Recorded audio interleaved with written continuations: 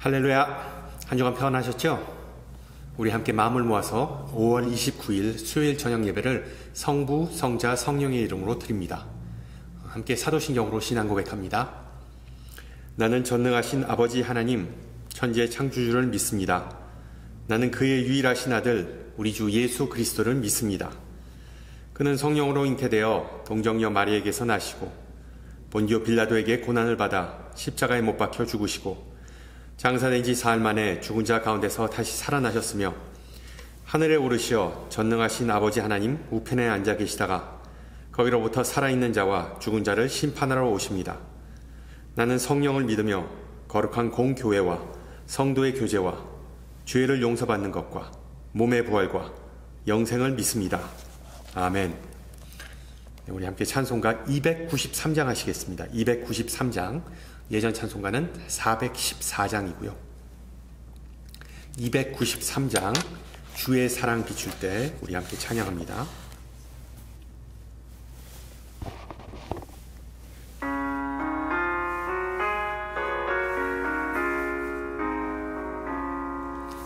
주의 사랑 비칠 때의 기쁨 오네 근심 걱정 물러가고 기쁨 오네 기도하게 하시며 희미한 것 물리쳐 주의 사랑 비칠 때 기쁨 오네 그 큰 사랑 내 맘속에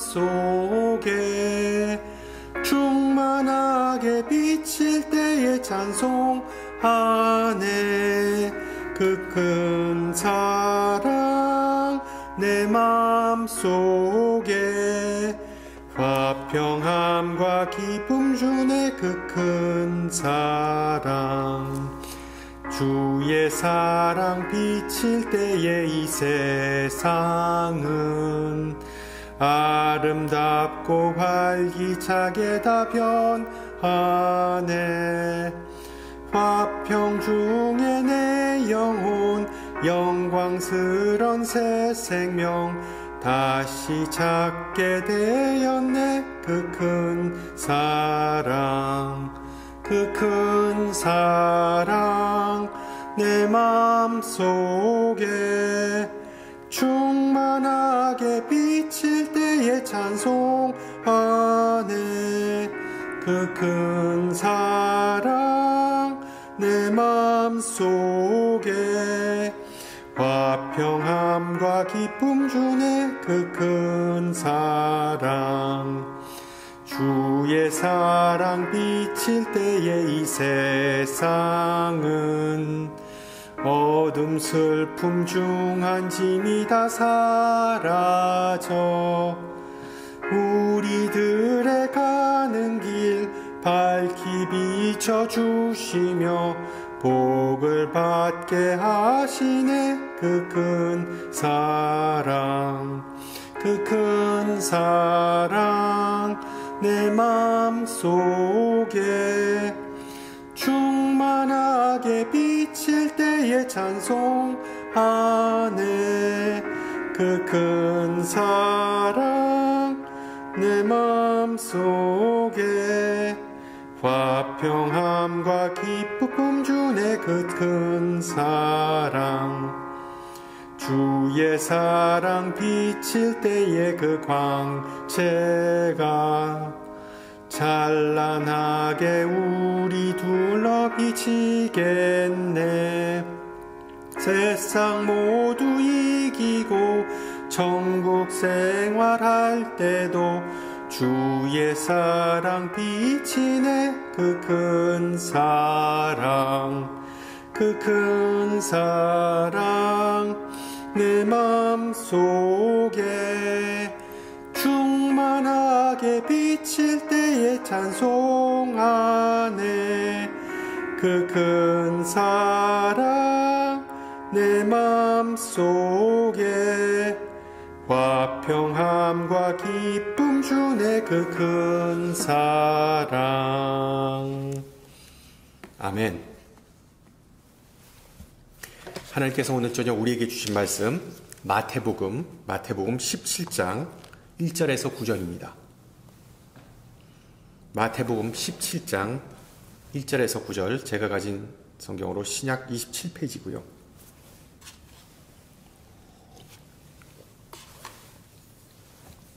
마태복음 17장 1절에서 9절 말씀을 받들어 봉독합니다. 엿새 후에 예수께서 베드로와 야고보와 그 형제 요한을 데리시고 따로 높은 산에 올라가셨더니 그들 앞에서 변형되사 그 얼굴이 해같이 빛나며 옷이 빛과 같이 휘어졌더라. 그때에 모세와 엘리야가 예수와 더불어 말하는 것이 그들에게 보이거늘 베드로가 예수께 여쭈어 이르되 주여 우리가 여기 있는 것이 좋사오니 만일 주께서 원하시면 내가 여기서 초막 셋을 짓되 하나는 주님을 위하여 하나는 모세를 위하여 하나는 엘리야를 위하여 하리이다. 말할 때에 호련히 빛난 구름이 그들을 덮으며 구름 속에서 소리가 나서 이르시되 이는 내 사랑하는 아들이요 내 기뻐하는 자니 너희는 그의 말을 들으라 하시는지라. 제자들이 듣고 엎드려 심히 두려워하니 예수께서 나와 그들에게 손을 대시며 이르시되 일어나라 두려워하지 말라 하시니 제자들이 눈을 들고 보매 오직 예수 외에는 아무도 보이지 아니하더라. 그들이 산에서 내려올 때 예수께서 명하여 이르시되 인자가 죽은 자 가운데서 살아나기 전에는 본 것을 아무에게도 이르지 말라 하시니. 아멘.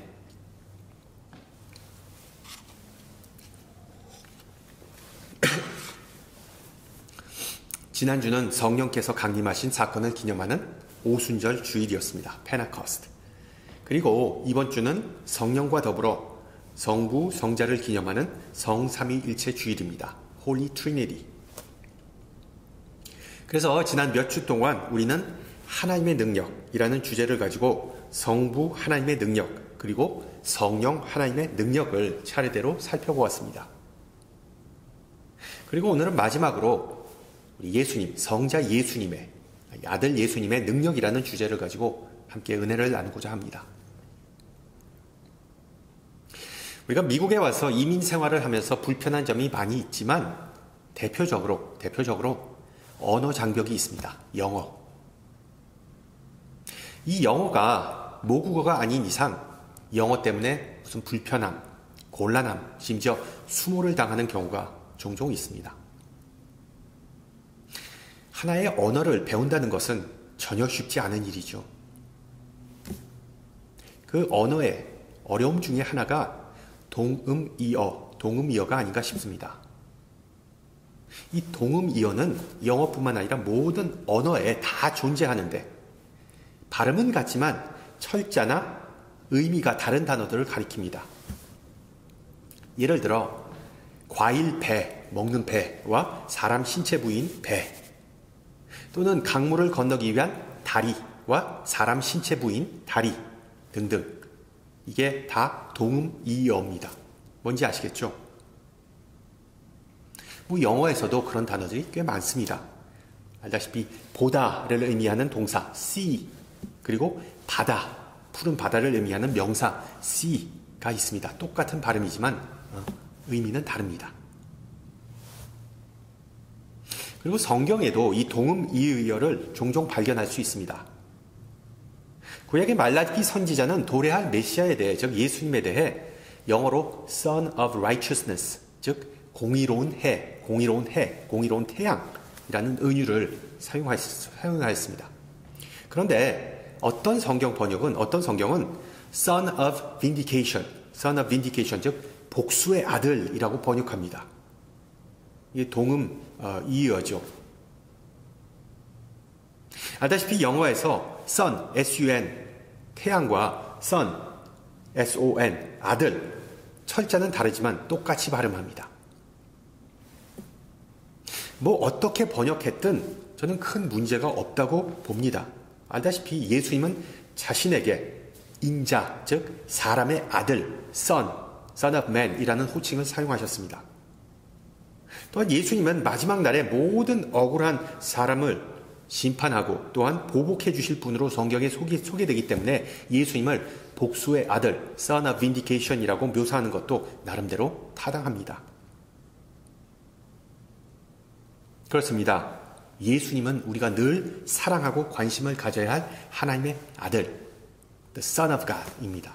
동시에 우리 예수님은 이 지구와는 멀리 떨어져 있지만 정말 강력한 에너지를 끊임없이 발산하는 선, 태양과 같은 분이십니다.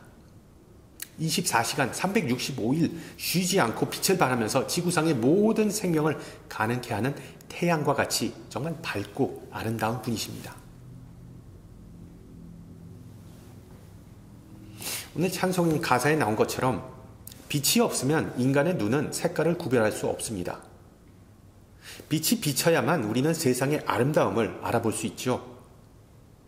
천지창조 첫째 날에 하나님께서 먼저 빛을 창조하시고 좋았더라고 하신 게 다 그런 이유 아니겠습니까? 실제로 우리 예수님, 우리 햇빛과 같은 예수님이 없는 우리의 인생은 공허하고 암울합니다. 현대 예배 갱신 운동의 선구자인 댄 킴볼 목사는 태양과 그리고 또한 햇빛에 관한 어떤 신비한 영적 체험을 다음과 같이 묘사합니다. 구름 사이로 햇빛이 비치면서 내가 앉아있던 작은 채포, 그 예배당의 스테인 글라스를 비추기 시작하였습니다. 예전에는 알지 못했지만 햇빛이 그렇게 아름답게 비출 수 있다는 것을 나는 그때 비로소 깨달았습니다. 또한 그 스테인 글라스의 작은 조각들처럼 우리 인간은 하나님께서 분명한 목적을 가지고 만드신 예술품이라는 것을 또한 알게 되었습니다. 그런데 그 스테인 글라스를 자세히 살펴보면서 내리게 된 결론은 그 글라스를 구성하는 각 조각이 아름다운 것이 아니라 그 조각들이 다 하나로 모였을 때 아름답다는 것입니다. 하나님은 죄로 인하여 산산조각이 난 우리 인간들을 일일이 모아 하나의 아름다운 예술품으로 만드신 후에 그분의 빛을 비추어 하나님의 영광을 드러내시는 분이십니다. 실제로 스테인 글라스를 아름다움은 유리 그 자체가 아니라 그 유리를 통해 비치는 빛입니다. 비슷한 맥락에서 오늘 본문에 나온 변화산 사건에서 제자들은 예수님께서 발하시는 그 눈부신 빛에 노출되는 어떤 신비한 영적 체험을 하게 되죠. 마태는 예수님께서 3명의 제자 베드로, 야고보 그리고 야고보의 형제는 요한을 데리고 높은 산 위로 올라가셨다고 기록합니다. 산 정상에 이르렀더니 갑자기 예수님은 변모하여서 얼굴은 태양과 같이 빛나고 옷은 눈부시게 하얘졌다고 묘사합니다. 결과적으로 제자들은 예수님의 선, 즉 태양과 같은 능력과 선, 즉 하나님의 아들의 능력을 동시에 목격했던 것입니다. 변하다, 뭐 다 같은 의미이죠. 한 사람의 모습이나 상태가 그리고 외형이 완전히 바뀌는 것을 뜻합니다. 솔직히 변모라는 단어는 우리가 일상에서 잘 사용하지 않는 단어입니다. 완전히 그냥 성형수술을 받고 얼굴을 완전히 뜯어고쳐서 지인이 모두 알아보는 경우가 거의 발생하지 않기 때문이죠.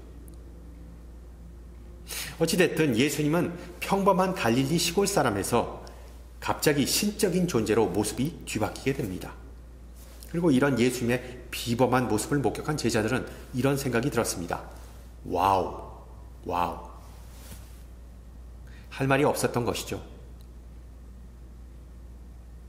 제자들은 마치 해변에서 일광욕하는 사람들이나 쥐붕 위에 있는 태양광 패널과도 같았습니다. 예수님께서 발산하는 그 강력한 빛, 그 에너지를 온전히 흡수할 준비가 되었던 것이죠. 안타깝게도 제자들은 그 장엄한 순간을 오래 즐기지는 못하였습니다. 갑작스레 모세와 엘리야라는 그 2명의 인물이 불쑥 등장했기 때문이죠. 알다시피 이 두 사람, 모세와 엘리야는 구약을 대표하는 거물이었습니다. 모세는 이스라엘의 율법을 대표하는 사람, 이스라엘에게 율법을 갖다 주는 사람, 그리고 엘리야는 수많은 기적을 통해 선지자들의 우두머리였던 그런 사람이었습니다.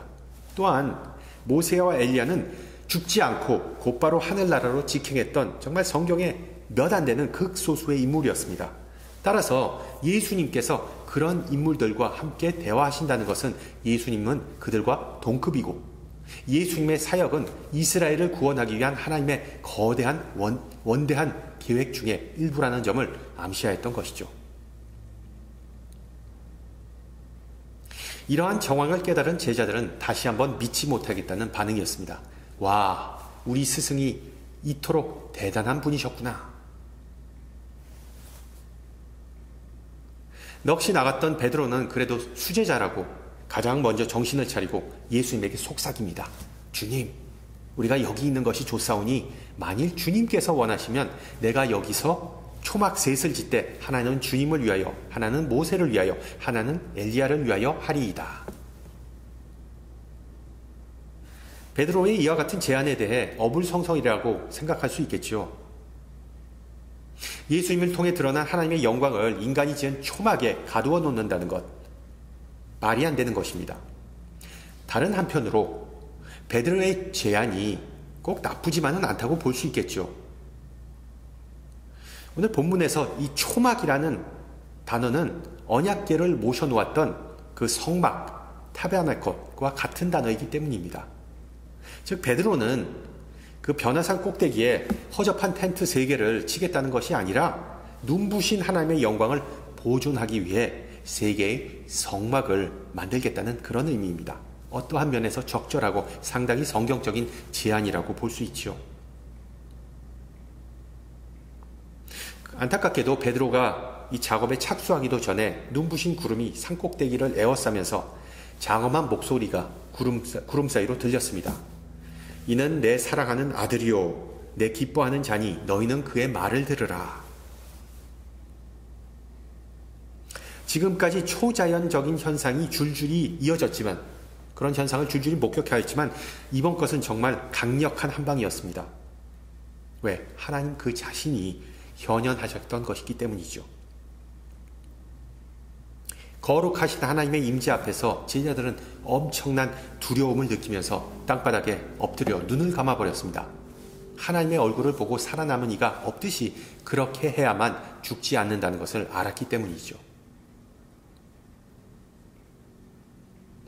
우리가 주목해야 할 부분은 그 영광과 능력 가운데 임하신 하나님께서 제자들에게 직접 말씀하셨고, 그 내용이, 말씀하신 내용이 앞서 요단강에서 예수님께서 세례 받으셨을 때 하신 말씀과 똑같다는 점입니다. 단 하나의 차이는 제자들에게 예수님의 말씀을 들어라, 즉 순종하라는 내용입니다.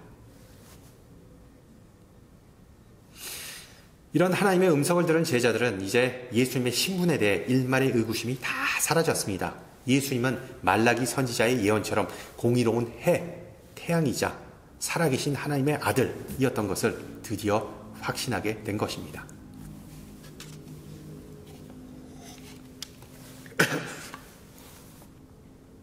그러나 조금 전까지만 해도 장엄하고 눈부신 모습을 하셨던 예수님은 다시 평범한 모습으로 돌아와서 제자들에게 손을 내밀어 어루만지면서 다음과 같이 말씀하셨습니다. 일어나라, 두려워하지 말라.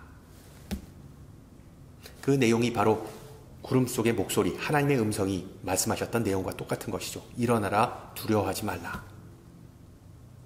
그리고 제자들이 고개를 들여 주변을 둘러보았을 때 오직 예수님 한 분밖에 안 보였다고 마태복음은 기록합니다. 여러분 8절을 다시 한번 보세요. 제자들이 눈을 들고 봄에 오직 예수 외에는 아무도 보이지 아니하더라. 우리가 무심코 지나칠 수 있는 구절이지만 정말 깊은 의미가 숨겨져 있는 구절입니다. 언뜻 보면 영적 세상에서 현실 세계로, 기적으로부터 일상생활로의 전환을, 트랜지션을 가리키는 평범한 내용 같지요. 그런데 잘 보세요. 우리에게 있어 예수님 외에는 아무도 보이지 아니한다는 것은 과연 무엇을 의미할까요?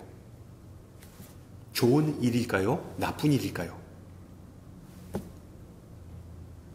오직 예수님만 눈에 보인다는 것은 신앙적인 차원에서 우리에게 일어날 수 있는 최고의 사건이자 최대의 축복 아니겠습니까? 그렇죠.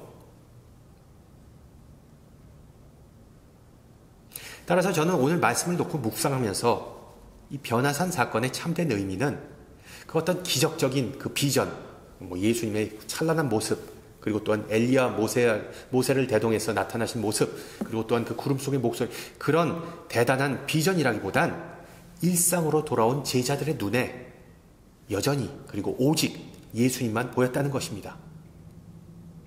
또한 우리의 일상에서도 예수님이 여전히 보이신다는 것이 아니냐, 그것이 바로 이 변화산 사건의 핵심 아닌가라는 생각이 들었습니다. 성도 여러분, 뭐니 해도 결국 예수님은 우리를 위해 그리고 우리 곁에 계시는 분이심을 믿으십니까? 아멘?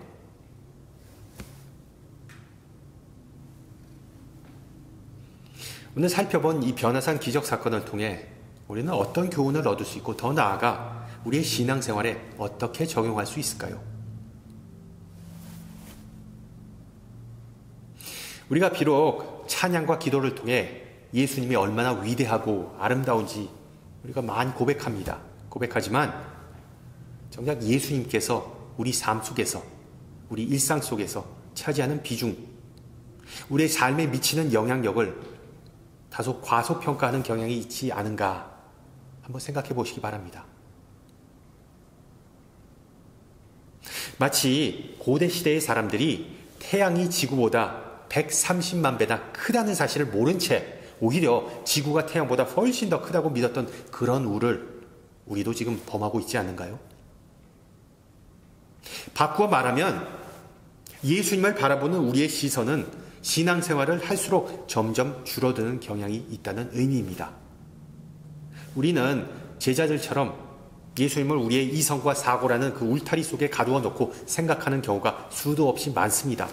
예수님의 능력보다, 파워보다 자기의 능력에 더 확신을 가지니까 날마다 예수님을 의지하고 예수님을 구할 생각을 하지 않을 때가 많습니다. 이것은 대단한 착각이죠. 생각해 보세요. 우리가 단 하루라도 가족이나 친구 없이 살 수 있을까요? 충분히 살 수 있죠. 예. 그러나 너무나 당연하게 여기는 태양 없이 우리는 하루, 아니 한순간도 살 수 없습니다. 해가 수명이 다해서 죽으면 지구의 모든 생명도 다 죽기 때문입니다. 다 파괴되기 때문입니다. 공기, 물, 햇빛과 같이 우리가 살면서 너무나 당연하다고 여기는 것들은 값을 매길 수 없을 정도로 우리 인간에게 소중합니다. 하물며 그 모든 것들을 창조하신 우리 주님이 얼마나 위대하고 능력있고 귀하신 분인지를 우리는 다시 한번 깨우쳐야 할 필요가 있다는 것이죠. 예수님의 실체는 무엇입니까? 예수님의 실체는 바로 모든 생명의 근원이자 우주에서 가장 큰 능력자이십니다. 이에 대해 바울은 골로새서에서 이렇게 기록하죠. 그는 보이지 아니하는 하나님의 형상이시요 모든 피조물보다 먼저 나신 이시니 만물이 그에게서 창조되되 만물이 다 그로 말미암고 그를 위하여 창조되었다. 우주에서 불타오르는 태양처럼 빛 대신 예수님은 지구상에 있는 만물의 근원이십니다. 따라서 우리도 제자들처럼 하나님을 경외하고 그리스도의 위대함을 볼 수 있는 비전을 회복하는 것이 시급합니다.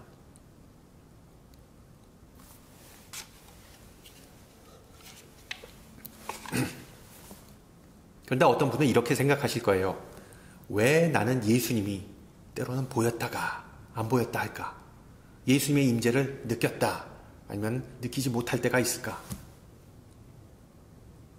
바꿔 말하면 성령이 충만하거나 하나님의 은혜가 마음에 확 와닿을 때는 예수님이 정말 선명해 보이는 것 같지만 시험에 들거나 고난을 겪을 때 예수님의 모습은 온데간데 없는 경우, 우리 다 한두 번쯤은 경험해 보셨을 겁니다.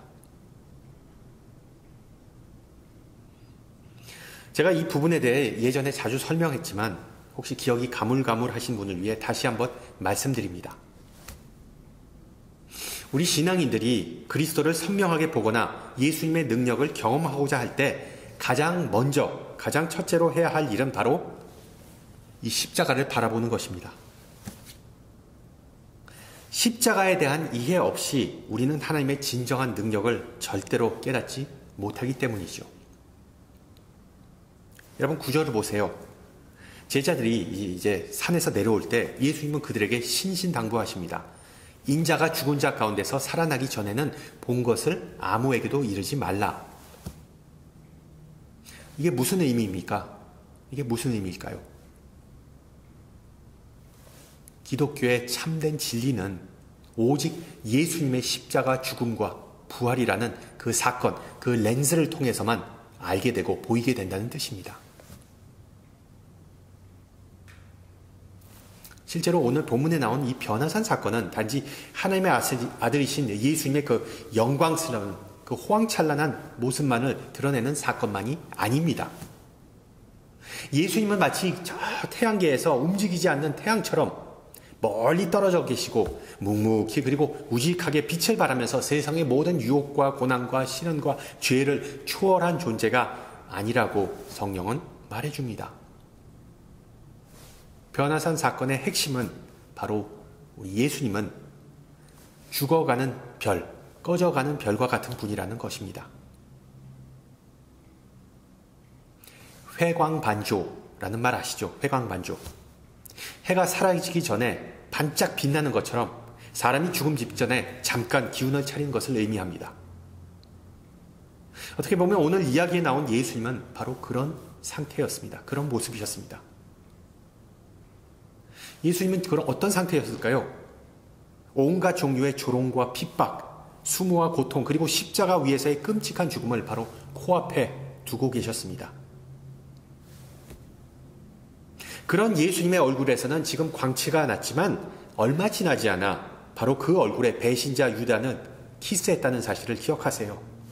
얼마 지나지 않아 종교 지도자들은 예수를 죽이라고 고함을 지르면서 그 얼굴에 침을 뱉고 따귀를 때렸다는 그 사실을 기억하세요.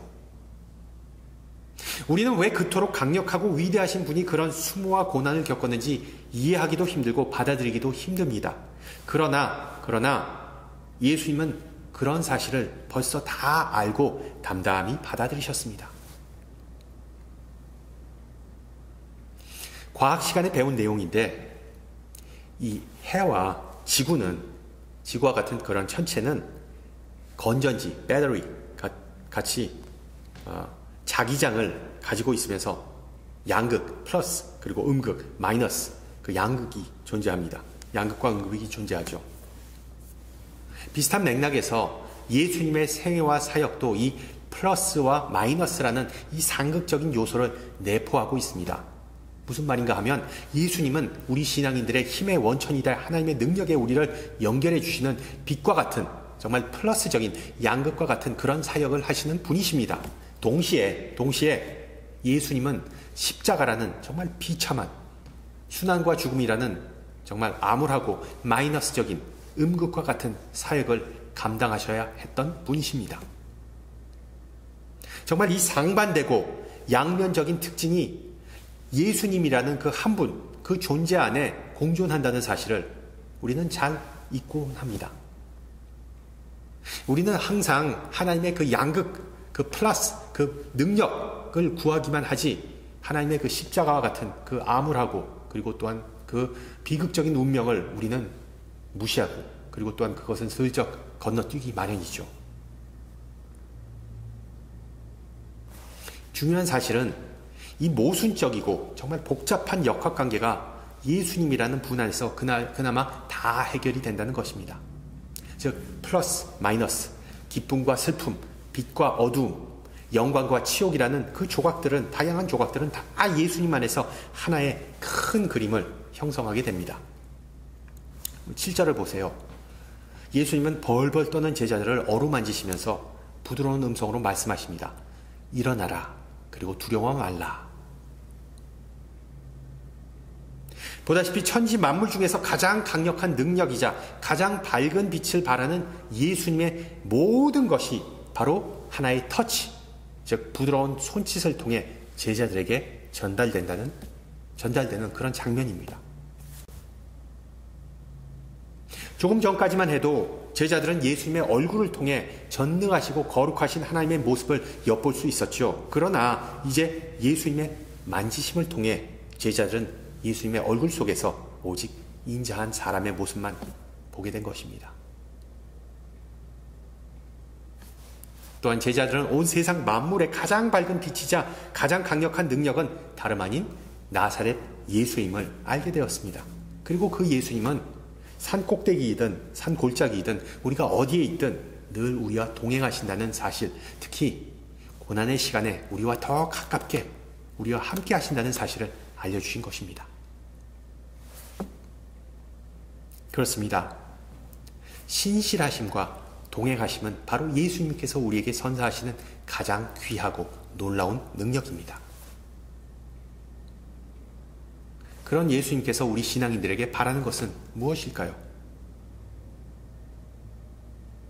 우리가 신앙생활을 하면서 이 변화산 사건처럼 어떤 대단한 신비적 체험을 구하거나 노력하는 것보다 평범하고 인간적인 예수님의 모습을 늘 바라보면서, 특히 하나님께서 구름 가운데서의 음성을 통해 알려주셨듯이 예수님의 말씀을 듣는데 힘쓰기를 원하십니다.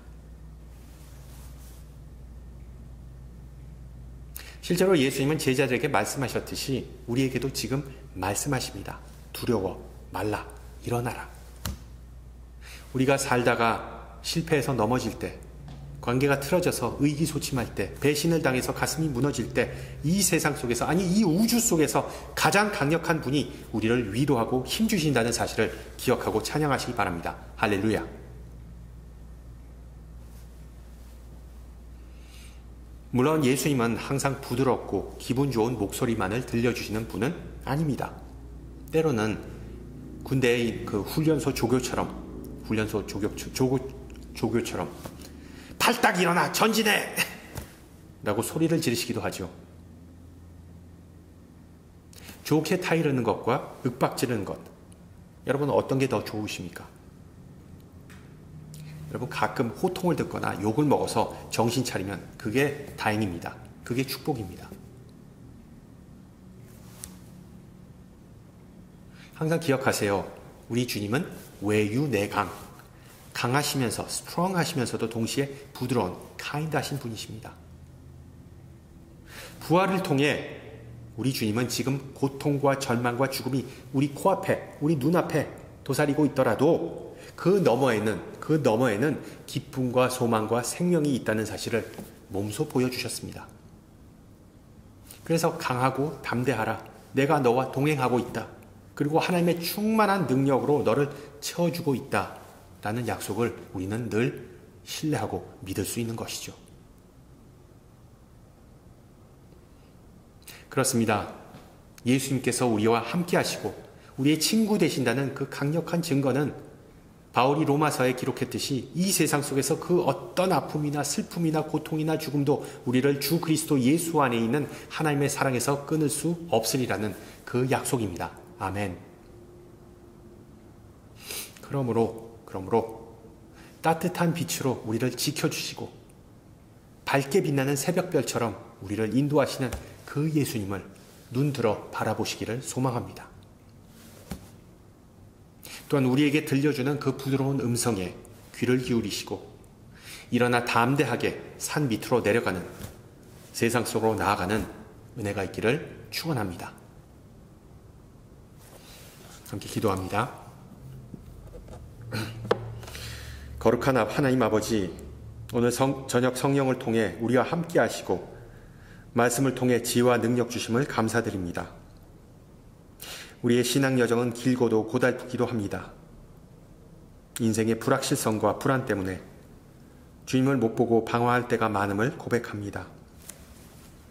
주님의 사랑과 은혜와 능력 없이 앞으로 나아가기가 두렵고 주님의 진리와 평화와 위로하심 없이 흔들릴 때가 많음을 고백합니다.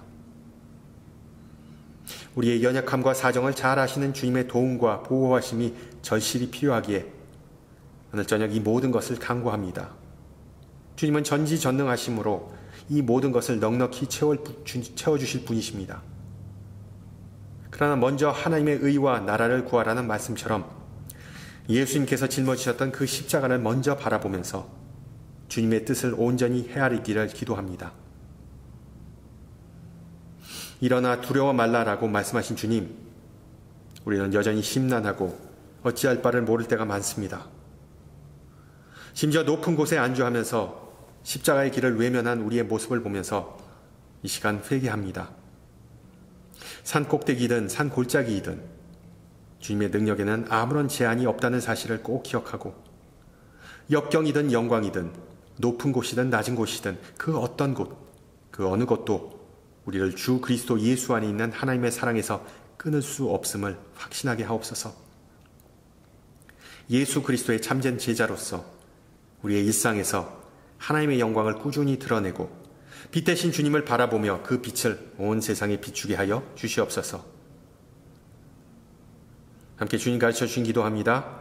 하늘에 계신 우리 아버지, 아버지의 이름을 거룩하게 하시며 아버지의 나라가 오게 하시며 아버지의 뜻이 하늘에서와 같이 땅에서도 이루어지게 하소서.